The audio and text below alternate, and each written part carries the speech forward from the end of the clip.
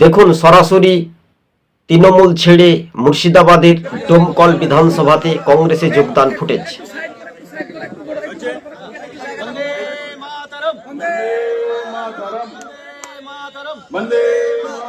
আজকের যোগদান সভায় দলে দলে যোগ দিন। আজকের যোগদান সভায় দলে দলে যোগ দিন। বন্দে মাতরম, বন্দে মাতরম, বন্দে মাতরম, বন্দে মাতরম। ভোটদান কংগ্রেস জিন্দাবাদ, জিন্দাবাদ, জিন্দাবাদ। ভোটদান কংগ্রেস জিন্দাবাদ, জিন্দাবাদ, জিন্দাবাদ। মাতরম, বন্দে মাতরম। হ্যাঁ দর্শক বন্ধুগণ, দেখতে পেলেন অর্থাৎ কংগ্রেসের হাইকোর্টের আইনজীবী রবিউল ইসলাম মহাশয়ের হাত ধরে, তবে এই রবিউল ইসলামের হাত ধরেই তৃণমূল ছেড়ে অর্থাৎ হাজার হাজার ভোটার কংগ্রেসে যোগদান।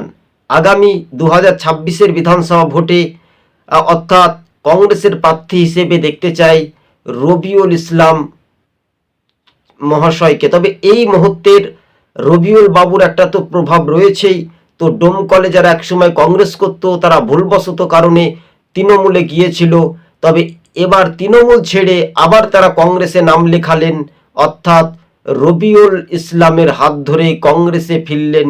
সেই ফুটেজটা আপনারা নিশ্চিন্তে দেখতে পেলেন। সবুজবঙ্গ নিউজ চ্যানেলটি ভালো লাগলে শেয়ার করে পাশে থাকবেন। রাজনৈতিক মহলে ভূমিকায় এবার দক্ষতা বাড়ছে কংগ্রেসের। মুর্শিদাবাদে অধীর চৌধুরীর এবার আবারও শক্তি মজবুত হচ্ছে। একদিকে পরিযায়ী শ্রমিকরা ভিন রাজ্যে মার খাচ্ছে, অর্থাৎ উড়িষ্যার বিভিন্ন প্রশাসনের সঙ্গে বিভিন্ন জায়গায় জেলায় অর্থাৎ পরিযায়ী শ্রমিকদের সঙ্গে কথা বললেন কংগ্রেসের নেতা অধীর চৌধুরী। একই সঙ্গে মুর্শিদাবাদেও তৃণমূলে বিরাট ভাঙন। পরিযায়ী শ্রমিকরা কথা দিয়ে কথা রাখতে পারবে, এবার 26-এর ভোটে তৃণমূলকে বিসর্জন দেবে। যে ইউসুফ পাঠান ভোটে জিতলো তারপর তার দেখা মিলল না, এই নিয়ে উঠছে রাজনৈতিক মহলে বড় প্রশ্ন। অধীর চৌধুরী ভোটে হারার পরেও তাকে দেখা যাচ্ছে পরিযায়ী শ্রমিকদের পাশে, তাহলে কত বড় একটা লিডার নেতাকে তারা হারিয়ে সৌভাগ্যবান অর্থাৎ তারা পস্তাতে হচ্ছে, তাই না? আর যে ইউসুফ পাঠান ভোটে জেতার পর থেকে তারা দিল্লিতে চেয়ারে গদিতে বসে থাকছে, সে গুজরাটি মানুষের সঙ্গে কি কথা বলবে? মুর্শিদাবাদের পরিযায়ী শ্রমিকদের অভাব অভিযোগের কথা তিনি কি শুনতে পাচ্ছেন না? এই নিয়ে উঠছে বারবার করে প্রশ্ন। তাই তৃণমূল ছাড়ার হুঁশিয়ারি দিচ্ছেন পরিযায়ী শ্রমিকরা।